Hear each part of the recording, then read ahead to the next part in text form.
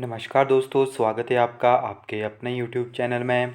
मैं आज आपके लिए लेकर आया हूँ साइकोलॉजी का chapter number 6 part number 2 concept of child centred and progressive education.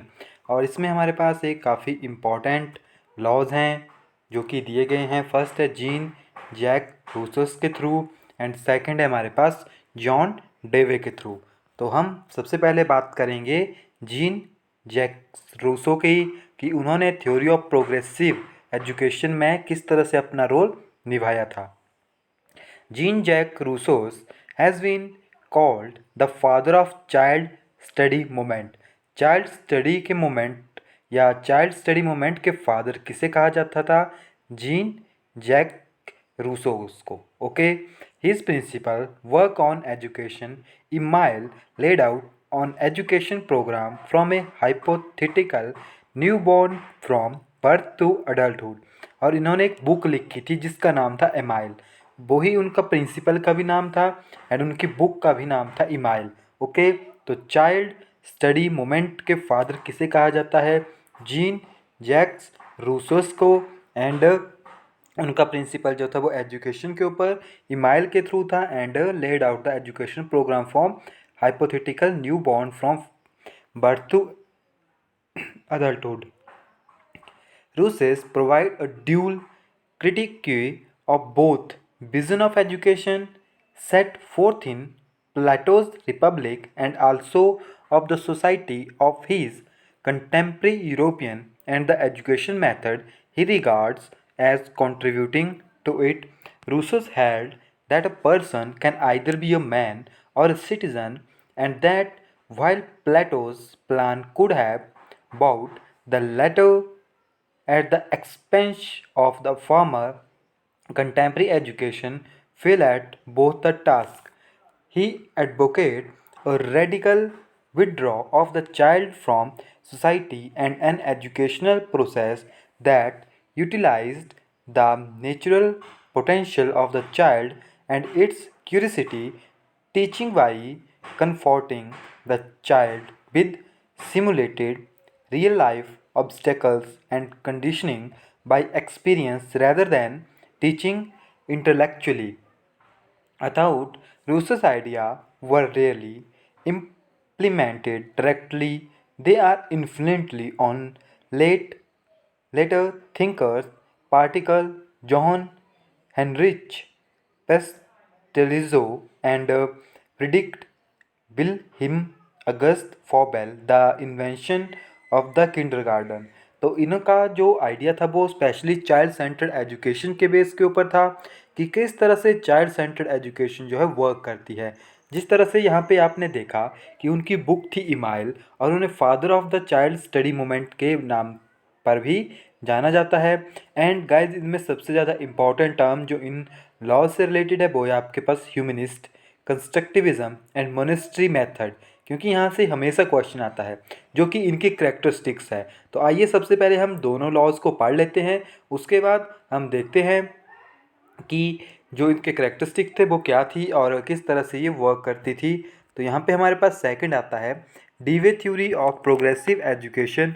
John Dewey ने भी थ्योरी दी थी। According to Dewey, progressive education consist of the following 5 aspects. अब जॉन डीवे के अकॉर्डिंग इन्होंने 5 एस्पेक्ट दिए थे। आइए जानते हैं कौन कौन से हैं। फर्स्ट हमारे पास education, it is participate of the individual in the social consciousness of the race. अब इनके अकॉर्डिंग एजुकेशन क्या थी? Participation of the individual in the social consciousness of the race, यानी एक प्रतिस्पर्धा मानते थे एजुकेशन को। The educational process has two side, the psychological and sociological, यानी एक जो है मानसिक तौर के ऊपर, एक सामाजिक तौर के ऊपर। With the psychology form the basic, the child own instinct will help develop the material that is presented to it. This form the basis of Dewey assumption that one cannot learn without motivation। तो इन्होंने कहा था कि one part जो है, इन्होंने कहा था कि बच्चा जो है सीख रहा है या उसकी डेवलपमेंट हो रही है ऑन हिज ओन इंस्टिंक्ट, कि उसकी क्या ज़रूरत है, क्या वो चाहता है, उसी के ऊपर। नेक्स्ट हमारे पास आता है school, it must represent the current life, thus part of the study home life such as moral and ethical education should take place in the schooling process.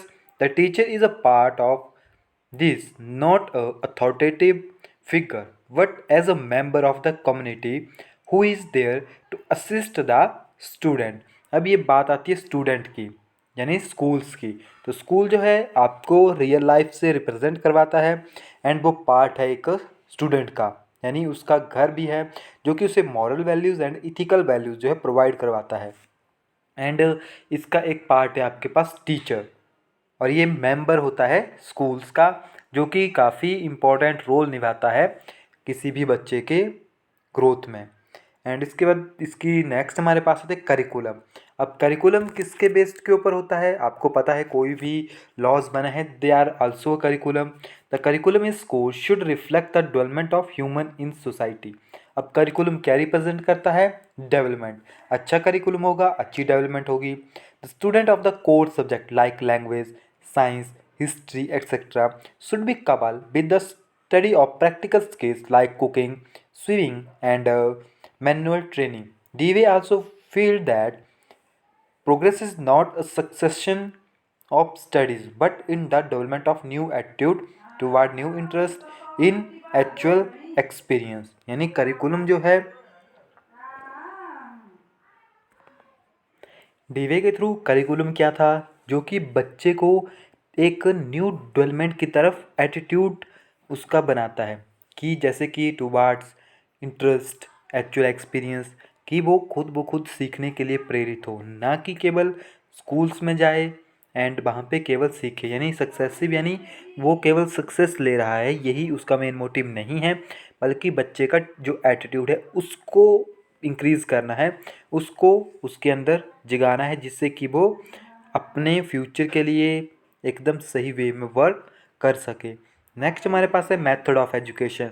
अब इनके अकॉर्डिंग मेथड क्या था एजुकेशन का, this must be focus on the children power and interest, information presented to the student will be transformed into new form, images and symbol by it, so that information fit with its development and interest. The development is of this natural। यहाँ पे कहते हैं कि अब जो method है वो कैसा होना चाहिए, तो उनके अकॉर्डिंग मेथड जो है जिस तरह से बच्चे का इंटरेस्ट हो, उसकी पावर हो, उसी के ऊपर सबसे ज़्यादा फोकस किया जाना चाहिए। Information present the student will transform into new form. अब जो इन्फॉर्मेशन है वो बच्चे को कुछ इस तरह से बताई जानी चाहिए कि उसके अंदर वो चेंजेस लाए, इमेजेस बने उसकी, उसके वो जो एक है सिंबल सिंबल रिप्रेजेंट कर सकते हैं आपके पास, कि उसके लिए एक एज ए मोटिवेटर वर्क करे, so that information fit with its development and interest। जो इन्फॉर्मेशन है वो उसके इंटरेस्ट के अकॉर्डिंग हो। The development of this is natural, और ये डेवलपमेंट जो है आपके पास नेचुरल होती है। Social progress as related to the school. अब जो सोशल प्रोग्रेस है उसे स्कूल्स के साथ रिलेट किया गया। Education is the most fundamental method of social reconstructivism for progressive and reform. Thus Dewey understood that schools were a mean to reconstruct society, and so educationists must be given the proper equipment to help perform his task and guide her the student। अब कहते हैं कि जो education है वो fundamental method है किसी भी व्यक्ति के लाइफ में, कि वो सोशल एनवायरनमेंट में किस तरह की अपनी प्रोग्रेस को शो कर रहा है। डीवे के अकॉर्डिंग स्कूल्स में सोशल या कंस्ट्रक्ट सोसाइटी को बनाने में काफ़ी हेल्पफुल हो सकती है, क्योंकि बच्चा जो भी स्कूल से अपने इंस्टिंक्ट सीखता है स्पेशली वो ही बाहर जाके यूज़ करता है। अब चलते हैं इसकी इम्पोर्टेंस के ऊपर।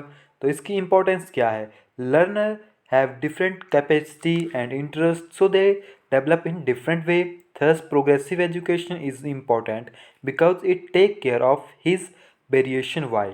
अब जो आपके पास थ्योरी है प्रोग्रेसिव एजुकेशन की, वो बताती है कि हर एक बच्चे की कैपेसिटी अलग है एंड उसका इंटरेस्ट भी अलग है, तो उसकी डेवलपमेंट भी डिफरेंट होगी। Given children full opportunity to develop by providing an environment for development. अब इसके अकॉर्डिंग अगर आप कोई प्रोग्रेसिव एजुकेशन को फॉलो करता है तो उसके अकॉर्डिंग जो बच्चों का इंटरेस्ट है उसी तरह का एनवायरनमेंट डेवलप करके बच्चों को सिखाया जाता है। Not allowing with discrimination between learner। Learners के बीच में कोई भी भेदभाव नहीं होगा। Educating learners by cooperating learning, education जो है वो एज ए कॉपरेशन यानी सबकी सहायता से दी जाएगी। Developing democratic value in the student, बच्चों में डेमोक्रेटिक वैल्यूज़ को जगाना है। Making education more practical with emphasis on self learning, और एजुकेशन को काफ़ी ज़्यादा प्रैक्टिकल वे में लेके आना है, ना कि थ्योरेटिकल वे में। Asking teacher to permit asking teacher to permit learner to design their own learning experience according to their interest and capabilities। अब जो टीचर्स हैं उनका काम होता है कि जो स्टूडेंट्स हैं उनके जो इंटरेस्ट हैं, कैपेसिटी है, उसके अकॉर्डिंग जो है उनको सिखाएं एंड टीचर भी उसी के अकॉर्डिंग रखे जाएं। Making children work on project, उनसे प्रोजेक्ट बनवाया जाए ताकि उनमें सेल्फ कॉन्फिडेंस आ सके, मेच्योरिटी आ सके, इंडिपेंडेंस आ सके। Making children learn how to work together with other with instills discipline in their personalities, development their moral character। तो ये सारी के सारी इंपॉर्टेंट करेक्टरिस्टिक्स या इम्पोर्टेंस कह सकते हैं आप प्रोग्रेसिव एजुकेशन की। ये क्वेश्चन बन सकता है कि कौन सी, आपको 4 ऑप्शन दिए होंगे और पूछा होगा कि कौन सी जो है आपके पास प्रोग्रेसिव एजुकेशन की इंपॉर्टेंस है, कौन सी नहीं। इसके बाद हम स्टडी करेंगे characteristic and type of progressive education. उसके बाद इस चैप्टर के एमसीक्यू हम आपके साथ स्टडी करेंगे। तो इस वीडियो में इतना ही है। आई होप आपको वीडियो अच्छी लगी होगी। वीडियो को लाइक एंड शेयर जरूर कीजिए एंड मिलते हैं नेक्स्ट वीडियो में। तब तक के लिए thank you. Have a nice day.